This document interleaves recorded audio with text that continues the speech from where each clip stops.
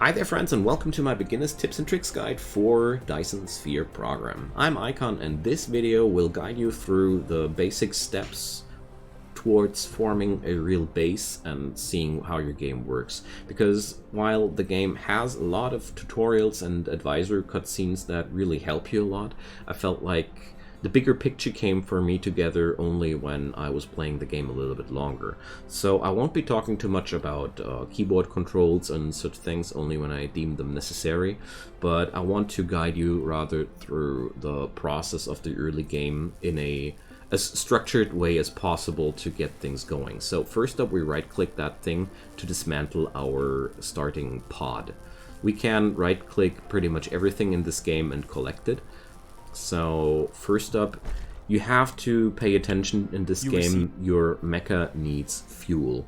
You can use those hydrogen fuel rods you salvaged there to begin with, but you can also just use all the plants out there. At the beginning of the game, I also felt like just hand harvesting some coal at these patches here worked out quite the charm for me, because coal has a lot of energy. You can also mine out the trees and everything. Just keep in mind, down here is your battery, and once it runs down, your mech runs out of power. You can hold down mouse middle.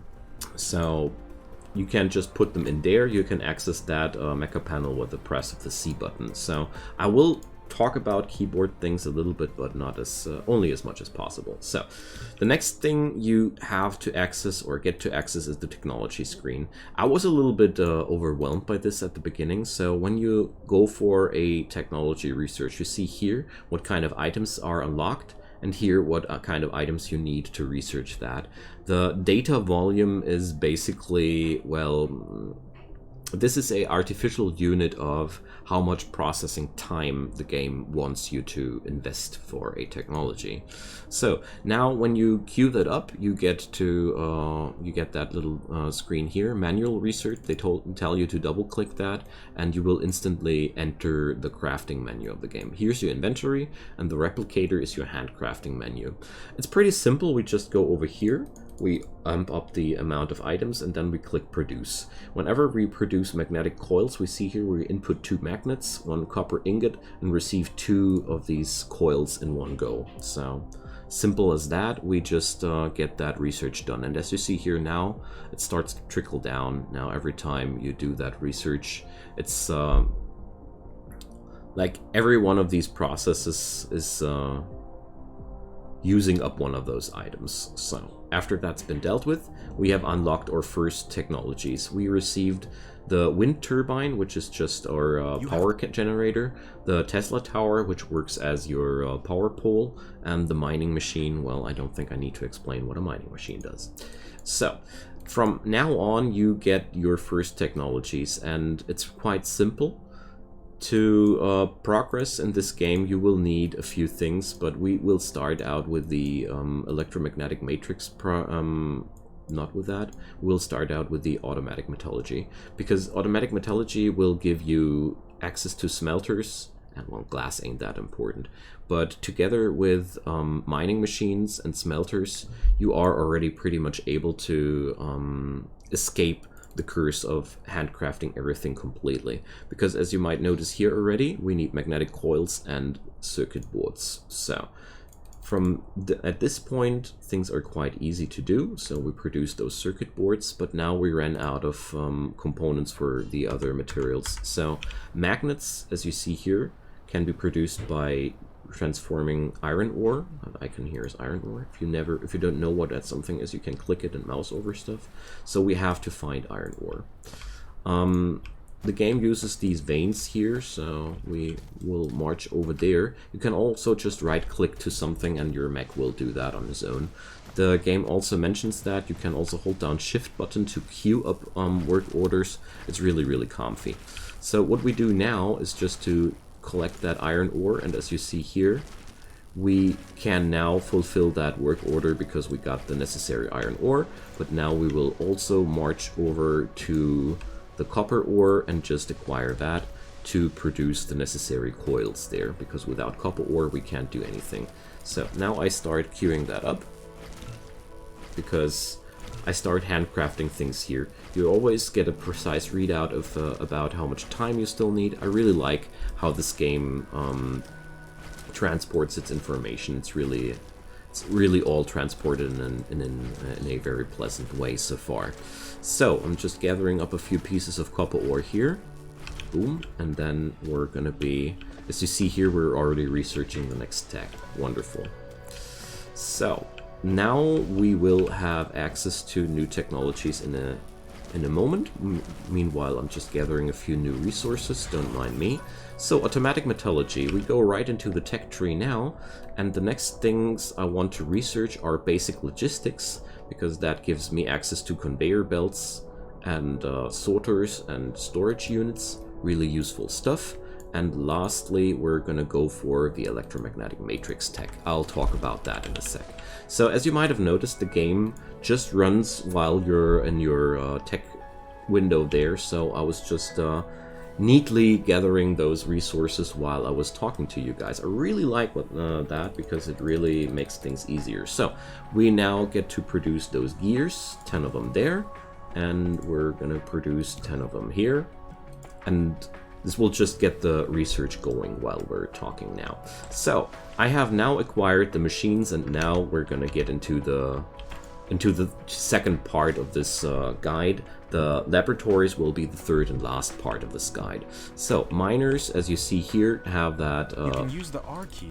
kind of grid here, and when you, like he said, you can use the R key. But what I figured was what's really cool here is you can hold down the shift button, and then you disable the grid snapping, and then if you hold down the R key, you can rotate that machine without the steps there. And I discovered that most of the time it's way easier to grab the maximum amount of nodes like that. Really handy thing. So once you're happy with that, you drop down that thing. As we see here, it's out of power, so we drop down a wind turbine here, which will collect the necessary power for us. And the Tesla tower will then just You have a step. connect those. Alright, so we got You have done build. we have done that stuff. You have received. And sadly, you can't disable the tutorial as of yet. If you wonder why I do that to myself, because I have to. So now we want to turn that stuff into those metal plates for us, because I'm tired of handcrafting everything myself. But before we can go out of that vicious cycle of handcrafting, we still need to torture ourselves a little bit longer. Okay. So now we want to put up the conveyor belts. You can also access all the items down here in that bar. I personally prefer the inventory access, but that's just a matter of taste. So as you see here, that white square is the output thing. To get that conveyor belt going, you just click that building, and now the starting point will be automatically focusing that white square. So I like to build it like that, and now I'll draw a smooth line like that. Here we go. So my mech is slowly running out of power, so I'm going to use those hydrogen fuel rods. They are really potent, and you won't be able to craft something powerful like that for a while, so handle with care. So yeah, I need a few more of those thingies. So you can always grab items directly from the belt by just clicking that belt, and never mind the doorbell. And you can just pick up that stuff like that here. That works for all the belts. So I just realized I wanted to grab a few materials, because I already know that this one wind turbine will be overwhelmed by the power usage soon. Alright, so the smelter now here. Those white squares are what I like to call the connectors. So wherever a white square is, you can put up a connection to the belt. You built a. So now we get over to the sorter. We want now that the sorter will transport the ore into the machine. To achieve that, you hover over the belt. So you start from the point where the stuff has to be taken from, left click, and move the cursor towards the place where it has to be moved to.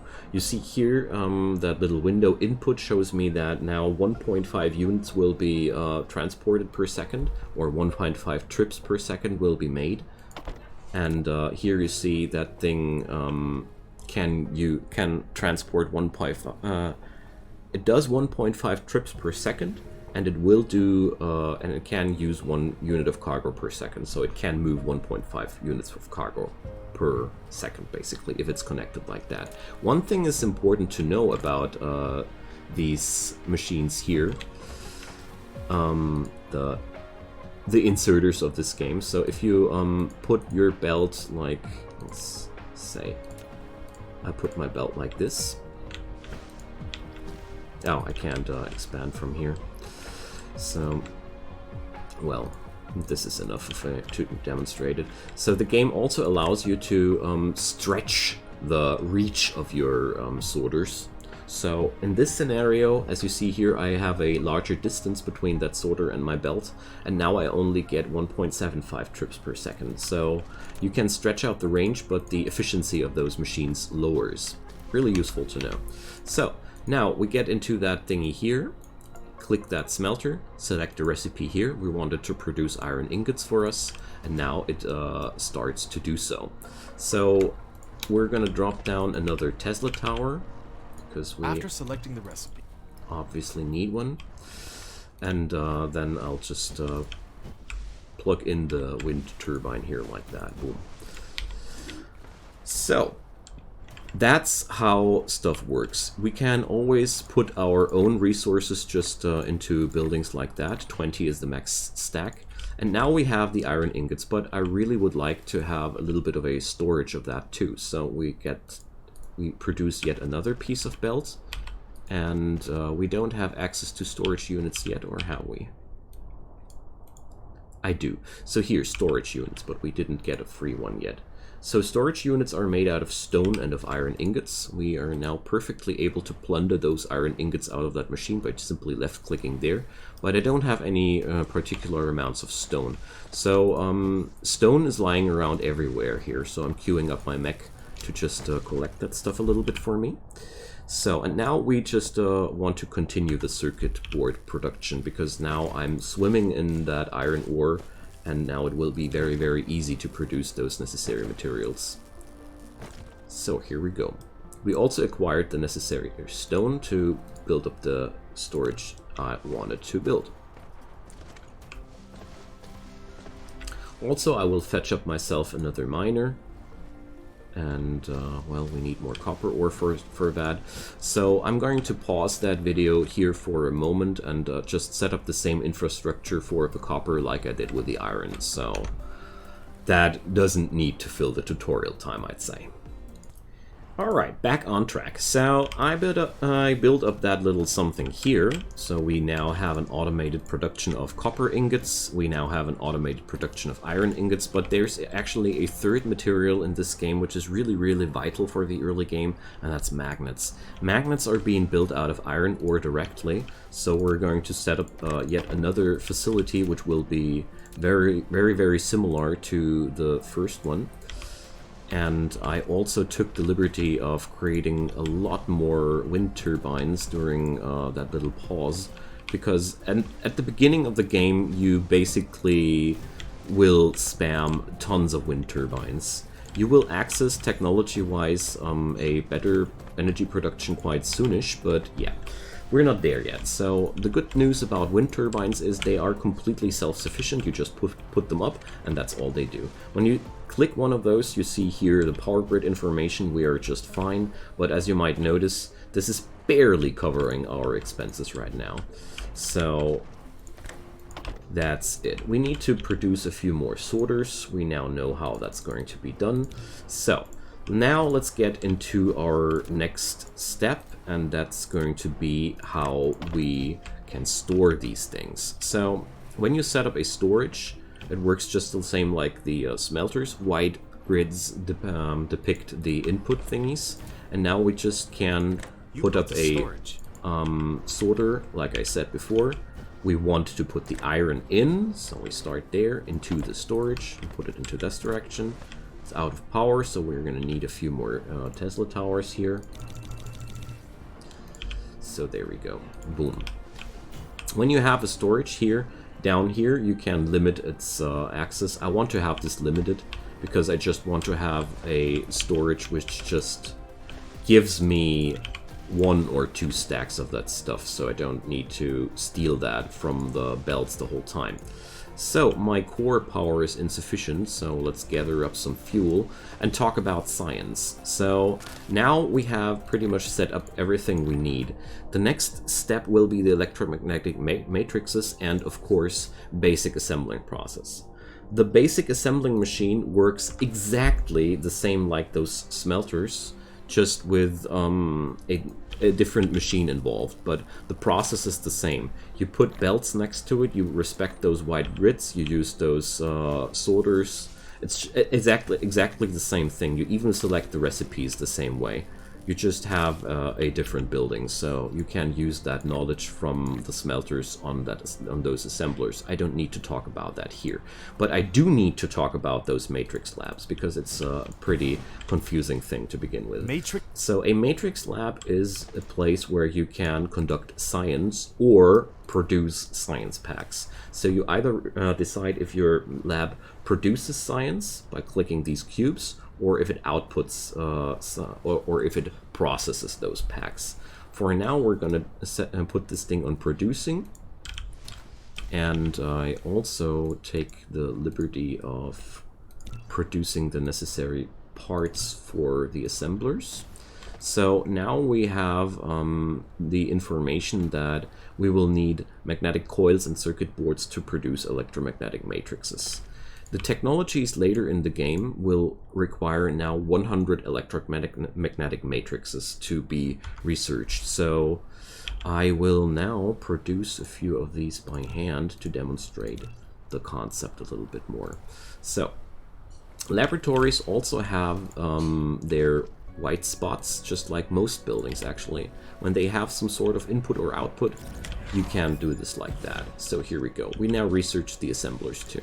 That would be nice later. So we put down a piece of belt here, and now, so we assembled those machines. Wonderful.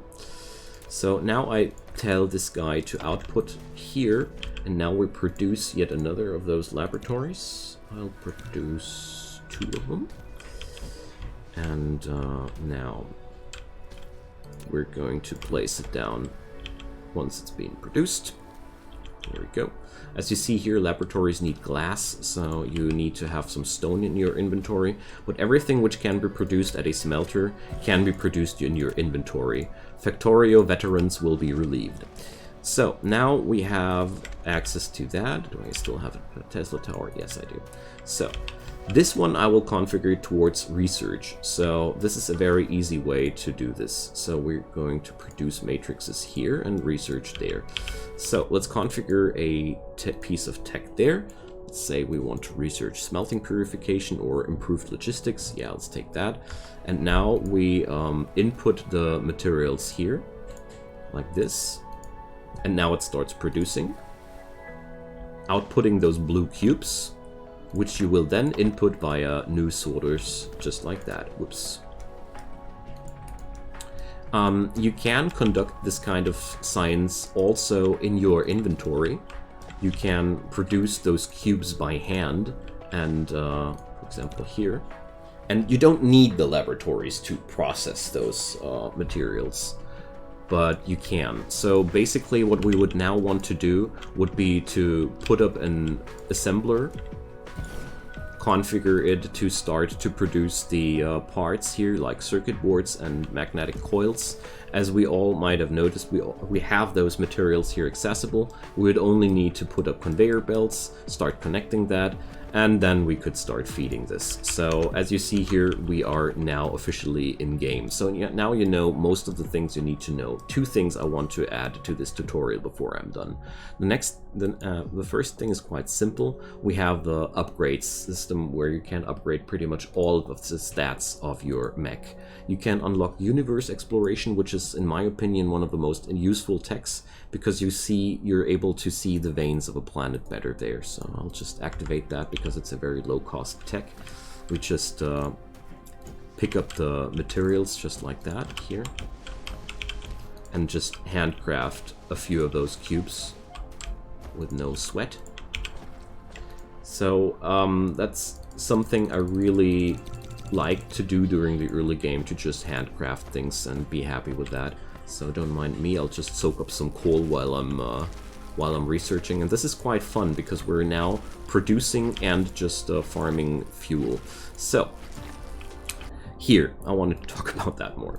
Here you can upgrade pretty much everything from your mech, from move speed to max core energy to the speed of your construction drones and the number of your construction drones. But very important to know is this tech unlocks flight, where you can move over the planet, and this tech unlocks sailing, which is the tech you need to go to space, which was kind of unintuitive for me because I didn't understand sailing as flying, you know. So now we have the Universe Exploration 1, and now you can just go here and click that button, and now you see all the veins on the planet. I think this is one of the really valuable beginner assets to begin with. And last but not least, I want to show you... Oh, there's actually two more things. Whoops, I forgot one thing. So laboratories can be stacked. Several items in this game can be stacked. I just want to talk about stacking for a sec here. When you stack something, you basically double its production. So everything which I will put in here will be now processed by the whole stack. Two things to keep in mind: you can only input and output at the ground level, and you always will increase the needs and the consumption of that. So what do I mean with ground level? You can just pick up conveyor belts and you put them like that, and if you press the upper arrow button, you can actually put things on a larger and a higher scale. And this way you can cross conveyor belts. If you ever need to cross a conveyor belt, and that's the last piece of beginner advice I have in this video, it goes like this. You start out with the beginning, and here we see, you start out with the beginning on the ground, and you see here it wouldn't work like that. So we press the up arrow once, and then you get your ending point, which is just in the air, and then you press the down arrow again, and then you can put it back onto the ground like that. Always keep in mind, this kind of bridge, your sorters won't be able to reach anything which is above the floor level. So that's that. Alrighty, so this sums up all the beginner knowledge I want to talk about. From here on, you should be able to dig through all of this, because now you can use your science, because down there you will find here recipes for energy matrices. That's the next tier. As you see here, technologies will need red cubes all of a sudden, then they will need, and then you unlock the yellow cubes, then your techs will need the yellow cubes too, and there it goes on until you're able to build a Dyson Sphere. And there's way more content to talk about between this and going to space and doing stuff on several planets there, but I'm sure with this video should have helped you out a little bit to get yourself sorted. So if you have any more questions, put them down in the comments down below. If you feel like adding some knowledge into this video, feel free to just spam the comments with further knowledge. I love it when we have some sort of database of knowledge beneath videos like these, and of course, likes and subscribes help me a ton to support this project. Also, check out my channel if you like this kind of content. You'll find tons and tons more of that there. So, catch you guys next time. Bye-bye!